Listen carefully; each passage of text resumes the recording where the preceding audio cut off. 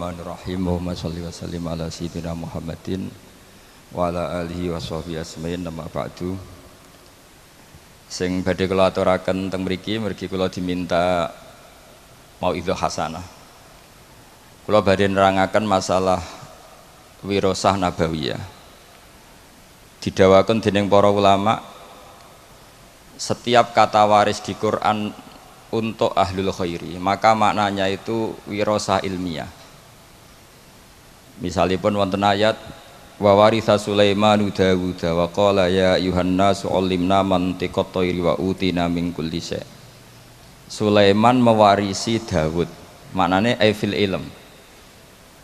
Begitu juga ketika Nabi Zakaria donga fahabli min ladunka waliya yarithuni wa yarithu min ali Yaqub. Saya kasih turunan ya Allah yang bisa mewarisi saya dan mewarisi keluarga besar Yakub, fil ilmi, dalam urusan ilmu. Sehingga kula sangat berharap dan insya Allah mesti kabul zuriyah saking umumipun Mbah Sambu, khususipun saking Mbah Dawi, sedanten maris saking Mbah Dawi itu fil ilmi, cek ilmu tasawufe, cek ilmu fikih, cek ilmu politike, pokoknya sementing niku ilmu.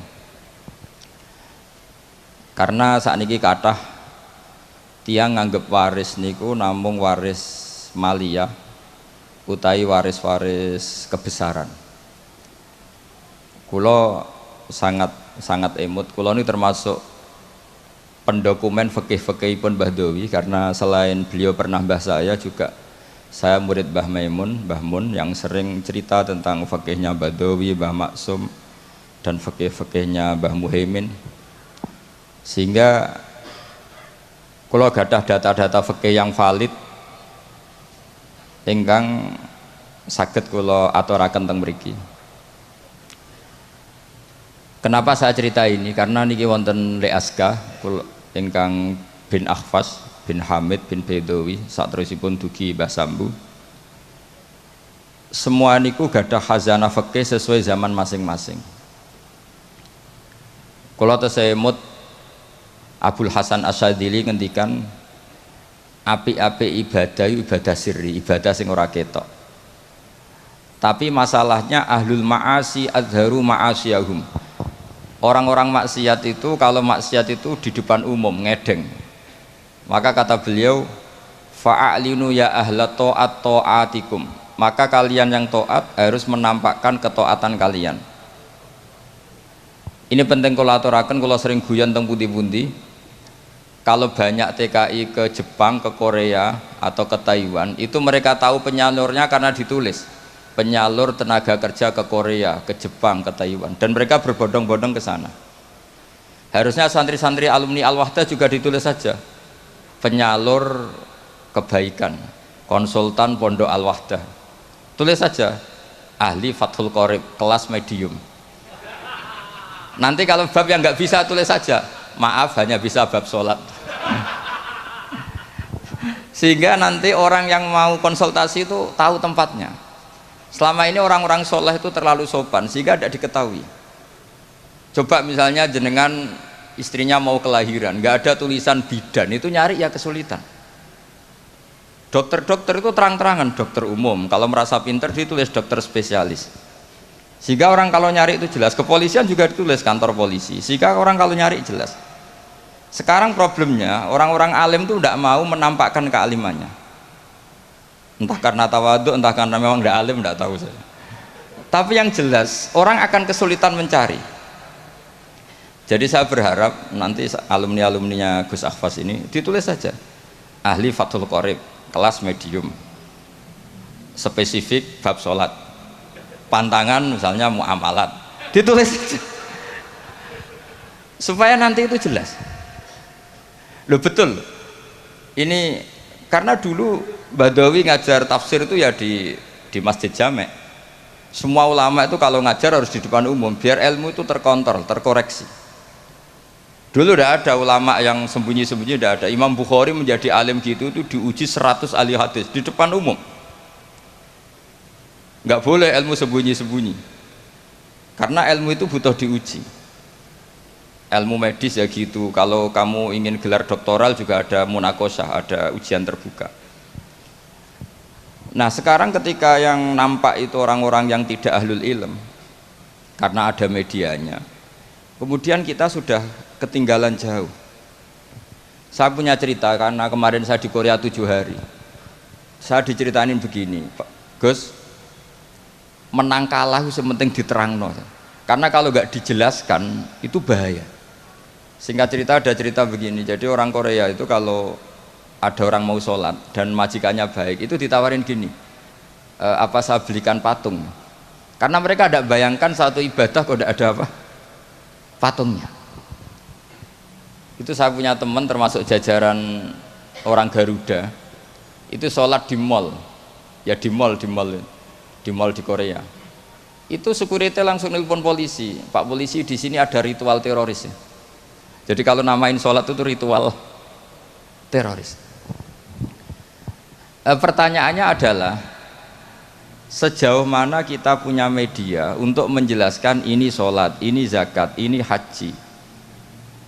Sehingga tadi malam saya masih ngajar di Pondok Sidogiri, saya cerita kalau orang bisa ke Korea karena tulisan penyalur tenaga Korea, kenapa santri-santri tidak menulis saja penyalur santri ke Al-Wahdah, penyalur santri ke Sarang.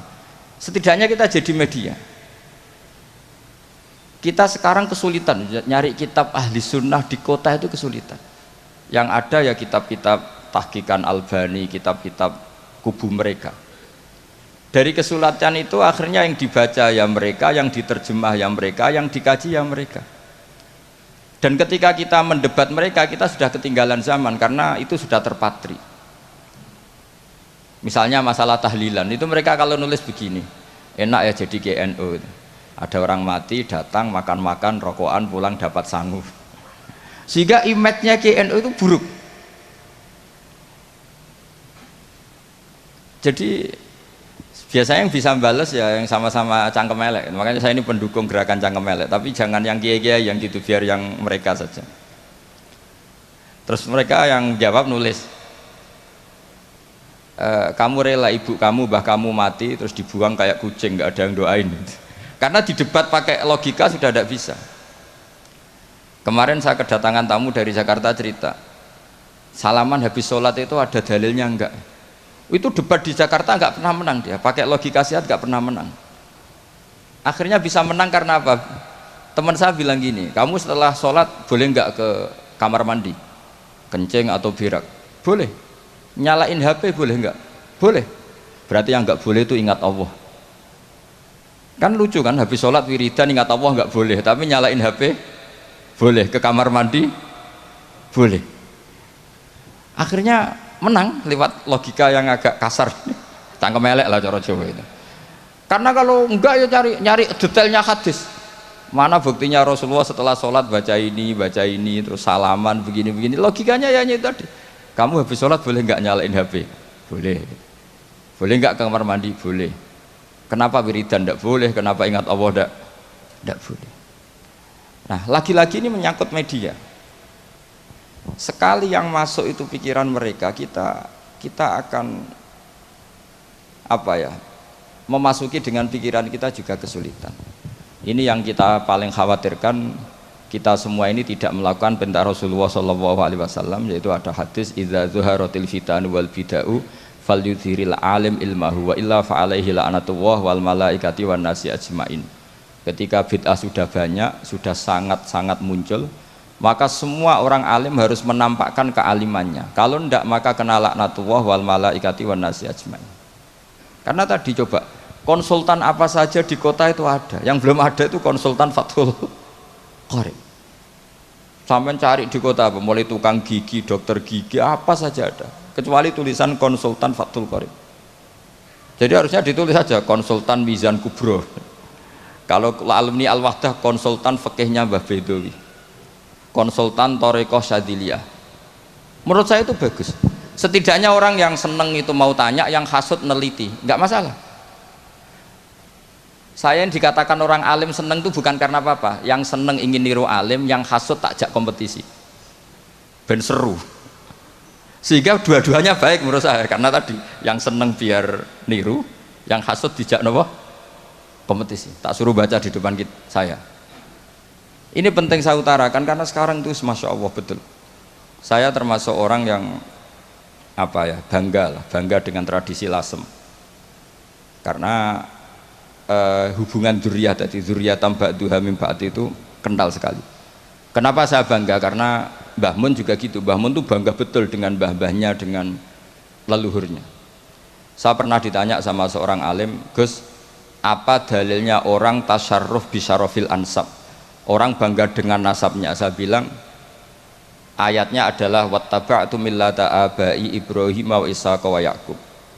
Nabi Yakub, Nabi Ibrahim, Nabi Ishak itu adalah leluhurnya Nabi Yusuf. Sebetulnya beragama Islam itu ya berdasar agama Islam itu agama yang benar.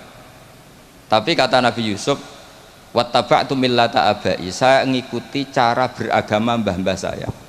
Yaitu beliau menghitung mulai Ibrahim, Ishak, Yakub. Karena Yusuf bin Yakub bin Ishak bin Ibrahim. Nah, kenapa niru agama ini harus ada masternya? Saya ngaji di Jogja, padahal Jogja itu kota yang jarang menerima wasilah. Saya bilang begini, saya masih ingat betul dawuh Mbah Mun itu. Pangeran itu ora mangan ra ngombe. Pangeran itu la yakul wala yasrob wala yanam dan seterusnya. Sehingga kebaikan itu tidak bisa niru Allah karena Allah ini qadim, Allah itu enggak tertirukan karena Allah itu mukhalafatul hawadis. Yang bisa ditiru, yang bisa ditiru itu ya makhluk. Sehingga Allah dawuh ihdinas siratal mustaqim, bukan sirotoka tapi siratal ladzina an'amta alaihim. Jalannya mereka yang telah engkau beri nikmat. Jadi kita niru Mbah Hamid, niru Mbah Bedowi, niru Mbah Abdul Aziz sampai Mbah Sambu sampai Syarif Hidayatullah sampai Sunan Bonang dan seterusnya. Nah, tapi orang-orang kota itu maunya itu ibadah sendiri, baca hadis terus membayangkan maknanya demikian dipraktekkan tanpa guru. Makanya kemarin ada rame-rame masalah milkul yamin itu korban belajar tanpa apa? Guru. Nah, mereka itu sebetulnya orang-orang yang masih kosong. Ketika kita bilang dalilnya pakai guru ya Fatihah itu ihdinas siratal mustaqim siratal ladzina an'amta alaihim.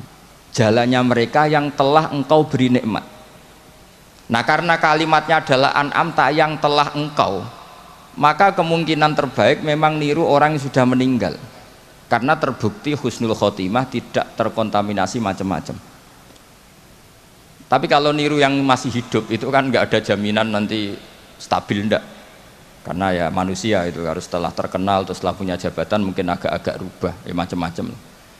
Jadi ini penting saya utarakan, sehingga sebetulnya Islam kota, saya ini merasakan dakwah di Islam kota itu ketika kita punya dalil ya tadi dalilnya wasilah apa, dalilnya mengikuti guru apa. Sementara ini kan santri-santri hanya punya dalil mengikuti guru, dalilnya taklim muta'alim. Mereka dari awal anti taklim muta'alim, mereka tidak respect karena mereka orang-orang yang ya agak-agak liberal. Tapi ketika saya jelaskan dalilnya ikut guru sampai sanad ila Rasulillah adalah apa? Ihdinas siratal mustaqim siratal ladzina an'amta alaihim. Mengikuti jalan mereka yang telah engkau beri nikmat. Mereka menerima. Karena tidak mungkin kita niru cara makannya Allah. Allah tidak makan. Kita niru guru-guru kita bahwa makan niatnya at-taqawi alal ibadah, niat supaya kuat ibadah. Kita nikah, niru para nikahnya orang soleh supaya ditaksiri ummati Muhammadin sallallahu alaihi wasallam, untuk memperbanyak umatnya Rasulullah sehingga banyak orang alim. Coba zuriyahnya Mbah Dawi saja berapa yang alim, ada Gus Naji, ada macam-macam. Zuriyahnya Mbah Umar, ada Mbah Hamid Pasuruan, macam-macam. Sehingga kita nikah ngikuti ulama-ulama dulu. Ini murni litaksiri ummati Rasulillah, litaksiri sajidin, litaksiri raki'in, litaksiri da'ina ilallah. Sehingga kita ngikuti. Makanya terus kita ekstrim sekali punya kaidah man ta'allama bila syaihin fasayhuhu setan. Orang belajar tanpa guru, gurunya setan. Dan sekarang terbukti banyak penulisan-penulisan yang nggak karu-karuan karena pasti usul-usulnya itu ngaji tanpa guru. Makanya dulu Mbah Hamid Bedowi itu masyhur. Semoga ini nggak ditiru Gus Akhfas. Ini kebaikan tapi nggak perlu ditiru karena zaman era itu memang masih lazim. Kalau ada orang kuliah kok tentang keislaman itu kata Pak Hamid, ji anak sekolah ning ndi? Teng ITB bah. Ya sadok ning ITB paling otak-atik sekrup. Tapi nak ning kono otak-atik agama. Jadi beliau itu lucu. Jadi kalau orang nasional itu malah beliau seneng kalau kuliah di listrik, di mesin, karena yang di otak-atik hanya sekrup gitu. Tapi kalau orang-orang kebanyakan kok kuliah di yang berbau agama itu nggak boleh, karena takut yang udah di otak-atik itu agama. Itu menurut saya satu kearifan, tapi Gus Hafaz jangan niru itu, nanti orang banyak salah paham karena eranya berbeda. Tapi itu menurut saya itu satu kearifan, betapa arifnya guru-guru kita, mbah-mbah kita. Agama ini satu kebaikan, tapi tetap saja yang ngelola harus orang-orang yang kredibel.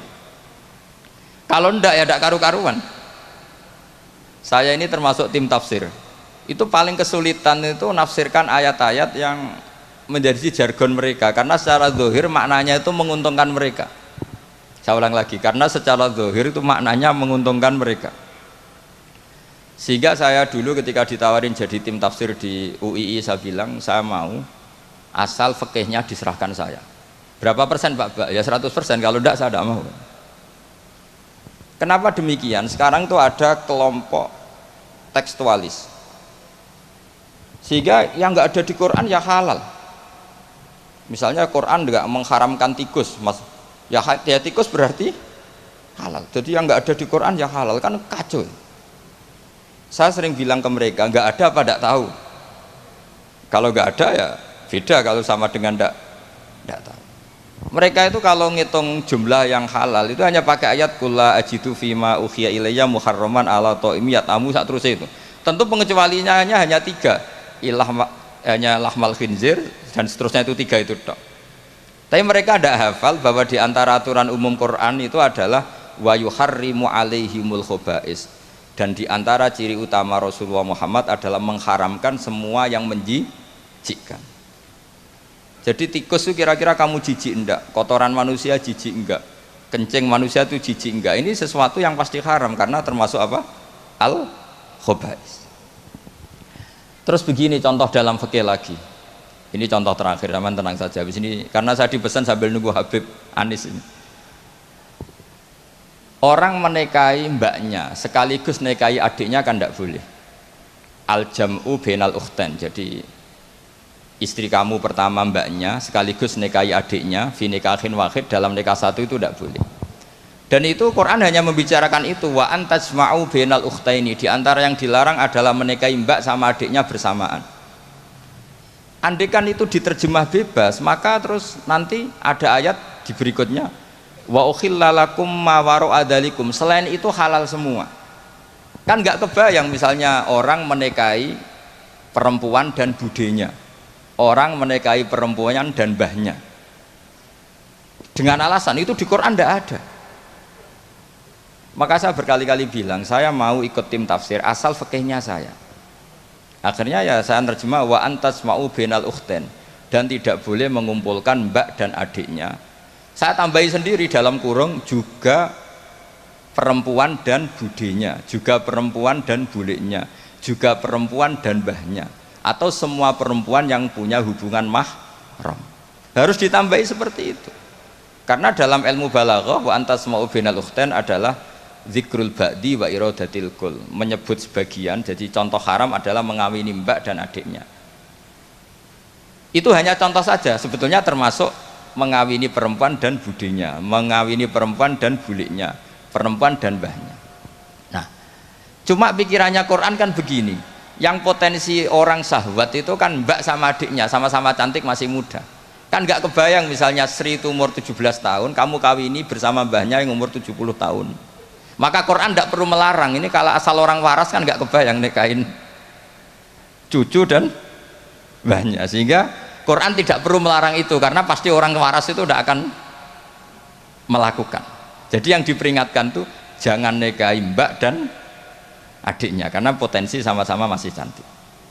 Tapi kalimat ini pun, ini penghormatan saya kepada Mbah Bedawi, pada keluarga ahlul ilmi, kalimat ini pun maknanya hanya seperti itu. Maka Rasulullah ketika ayat itu turun langsung ngendikan, ditambahi wala bainal mar'ati wa ammatiha wala bainal mar'ati wa kholatiha. Begitu juga nggak boleh nikahi perempuan dan buliknya, perempuan dan budinya. Terus oleh ulama fikih ditambahi lebih umum, Dua perempuan yang andekan yang satu lelaki itu tidak boleh nikah, maka dua perempuan ini tidak boleh dikumpulkan tahta rajulin wahid, di bawah satu lelaki. Berarti memasukkan perempuan dan mbahnya, perempuan dan saudara rodoknya, perempuan dan saudara musoharohnya. Nah sekarang bayangkan misalnya orang hanya baca Quran, yang haram itu hanya nikahi perempuan dan adiknya atau perempuan dan mbaknya, wa antasma'u binal ukhten. Tapi kalau perempuan cantik, budenya cantik, nggak apa-apa lah bersamaan, kan tidak ada di Quran. Itu bisa celaka kalau seperti itu. Dan makanya saya berharap Pondok Al-Wahdah mengkader gimana supaya semua mufassir itu faqih. Jangan karena dia belajar lughat, misalnya sekolah kuliah adab, kemudian dia menekuni tafsir hanya berdasar dia punya otoritatif di dalam ilmu adab atau ilmu balaghah, ilmu sastra Arab. Itu bahaya betul. Makanya saya ini kampanye sebesar-besarnya supaya penafsir Quran itu syarat utamanya itu tahu fikih. Karena yang pokok dalam Quran itu fikih. Tanpa fikih itu tidak bisa. Saya punya sekian contoh. Dulu Imam Syafi'i mengatakan begini, orang yang tayamum karena nggak ada air, syaratnya itu tolabul ma', mencari-cari air. Setelah mencari-cari baru boleh tayamum kalau ternyata nggak ada air. Ketika ditanya mat dalil ala dalik, lalu dalilnya apa? Imam Syafi'i jawab falam tajidu ma'an, kemudian mereka tidak menemukan air. Terus kata beliau la yuqalu liman lam yatlub lam yajid. Dalam bahasa tidak mungkin orang yang tidak pernah mencari kemudian dikatakan tidak menemukan. Di mana-mana tidak menemukan itu setelah mencari. Jadi semudah itu kalau orang alim menafsirkan Quran. La yuqalu liman lam yatlub lam yajid. Enggak mungkin orang yang enggak pernah nyari kemudian dikatakan tidak menemukan. Maka syarat tayamum li faqdil ma, tayamum karena enggak ada air, syaratnya pertama adalah mencari-cari air. Baru setelah enggak ketemu boleh tayamum. Idz la yuqalu liman lam yatlub lam yajid. Karena enggak mungkin secara bahasa kalau bagi yang enggak mencari dikatakan lam yajid. Masya Allah wa sallam Habib Anis. Jadi ini sesuai perjanjian karena sambil nunggu Habib Anis. Jadi ini saya tambahin paling 5 menit lagi. Monggo ahlan wa sahlan. Jadi saya mohon sekali sama muhibbin-muhibbinya Mbah Dowi, Mbah Hamid, Gus Akhfas, Gus Zaki, tolonglah maklumatkan bahwa kalian semua adalah hamalatul wahyi, warasatun nubuwah. Sehingga ini penting sekali karena tanpa itu tidak diketahui.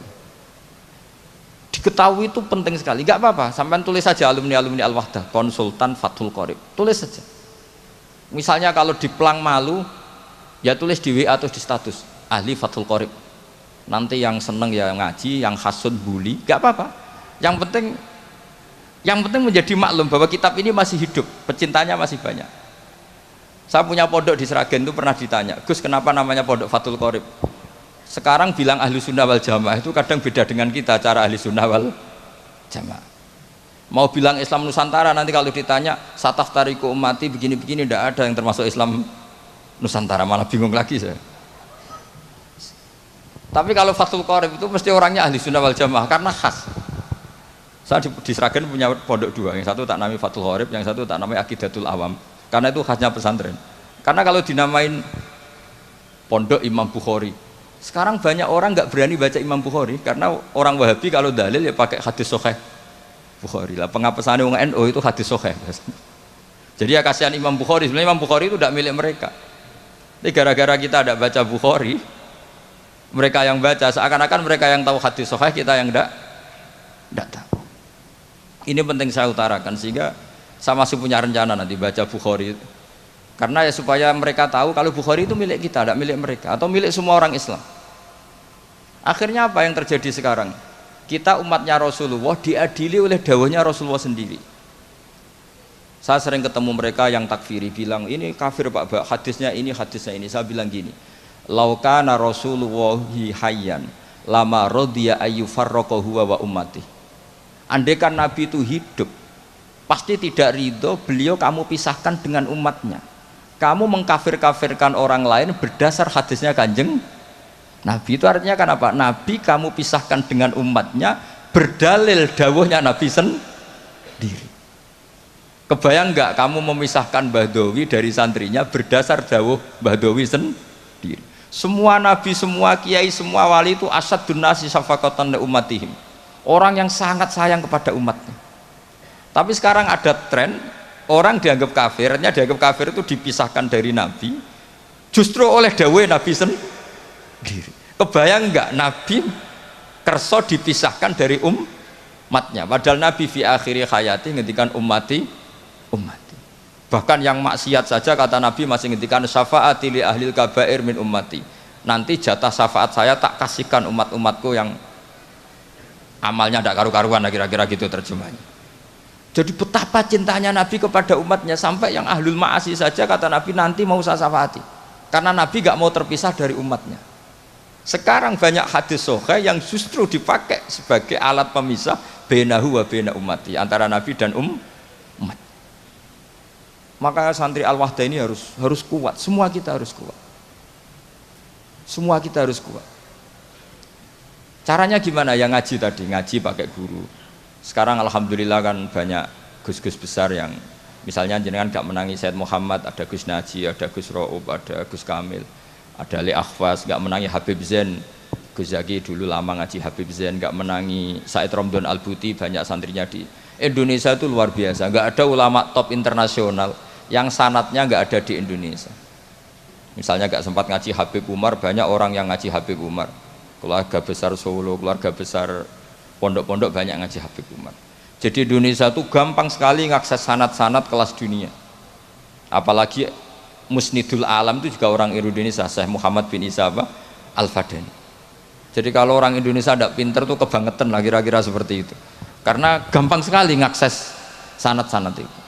Tapi sanat ini pula yang mulai hilang dari pondok-pondok pesantren, jarang yang mau menekuni. Makanya saya ingin sekali bahwa sanat-sanat ini terus kita jaga. Karena setelah sanat ini terjaga, itu gampang sekali melogika kebenaran. Kayak saya berkali-kali bilang, masa orang kafir 70 tahun menjadi iman gara-gara la ilaha illallah, tapi kemudian kalimat yang sama menjadi kalimat kekafiran kalau kamu bacanya di kuburan. Jadi kalau orang NO tahlil itu kafir, jaluk kuburan. Itu kata Said Muhammad dulu kalau guyon masyhur itu. Mbok takok isik, ndek ini jaluk kuburan apa malah ndongakno kuburan. Padahal doanya kan malah Allahumma ighfir lahu wa'afi wa'fu anhu. Justru kuburan ini yang didoain, tapi mereka lihat dari jauh karena begini dikira kita minta kuburan, padahal hakikatnya kita mendoakan yang ada di kuburan. Ini secara teori penelitian sudah gagal. Wong neliti saja tidak mau, observasi saja nggak mau. Coba kalau mereka neliti, ternyata mendoakan yang ada di kuburan, bukan minta kuburan. Semua orang NU misalnya kalau ziarah doanya gimana? Allahumma ighfir li sayhina, Allahumma ighfir li ummina, Allahumma ighfir li abina. Itu minta kuburan apa mendoakan mayit yang ada di kuburan? Mendoakan. Tapi mereka menuduh kafir, katanya kita minta sama kuburan karena melihatnya dari jauh. Karena begini dilihat dari jauh, oh minta kuburan kan gitu. Ini secara penelitian kan sudah kacau. Dan makanya saya minta sekali tradisikan tahqiq dan sanad-sanad yang mudah kita dapat, semoga diakses, dimuasalah secara baik, disambung secara baik. Saya kira demikian karena ini Habib Anis Darawo sesuai kontraknya. Kalau beliau sudah rawuh karena memang semuanya menunggu beliau. Saya mohon maaf atas semua kesalahan dan saya derek senang atas walimatul khitan ini karena ini ajang silaturahim, ajang sambung keluarga, baik keluarga secara nasab maupun keluarga secara sebab, yaitu para santri dan para muhibbin. Assalamualaikum warahmatullahi wabarakatuh.